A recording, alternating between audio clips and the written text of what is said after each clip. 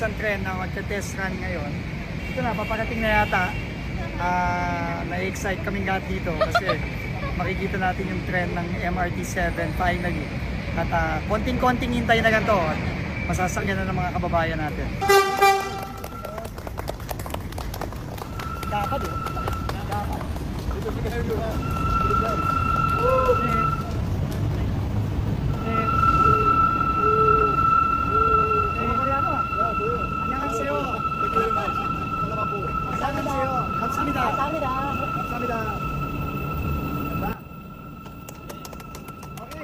What you're seeing is the ongoing pre-commissioning test ng MRT7 na nasakto sa inspection ni Transportation Secretary Vince Dizon this Tuesday morning. Kanina nandito tayo with DOTR Secretary Vince Dizon at yung mga officials from San Miguel Corporation para nga inspeksyonin yung progress sa MRT7 project. Itong stasyon na to, it's 99.9% complete. Mga finishing touches na lang tulad ng pag-install ng escalator dito sa side na to. Ito na yung abang niya.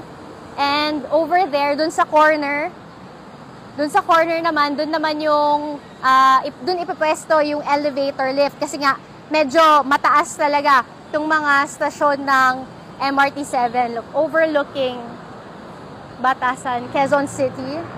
Kung hindi ka naman gagamit ng elevator or escalator, ramp naman yung naka-install dito. So, pwede pa rin for PWD, senior citizens, kesa naman stairs na mas mahirap akyatin.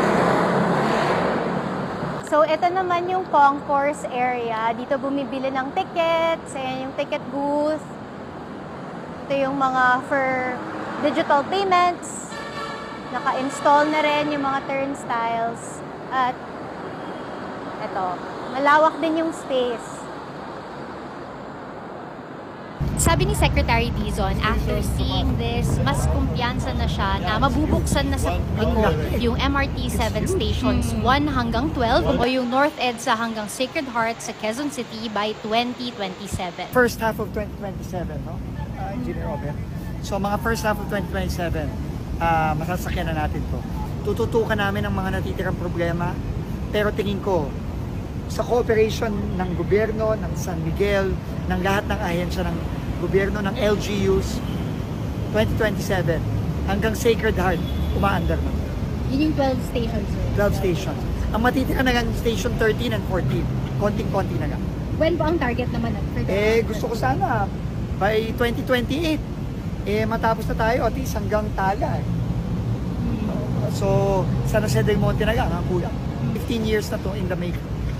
No, dahil sa mga right-of-way problems, sa mga permits, sa red tape, finally, sa panahon ng Pangulo Bongbong Marcos, matatapos na po. Apart from the San Jose del Monte right-of-way issues which they plan to resolve in the coming weeks with the newly elected mayor, sabi ni Secretary Dizon, they are also in talks with the UP community para sa access sa University Avenue Station. Ang challenge naman sa North EDSA Station ay kailangan seamlessly connected siya dun sa common station. 600,000 passengers ang kanilang estimate na sasakay sa MRT7. Kung ikukumpira natin yon sa MRT3 at LRT1, mas mataas yon ng mahigit 100,000 kada araw. At sigurado ako, luluwag ang Commonwealth Avenue. For sure na yan. Yan na.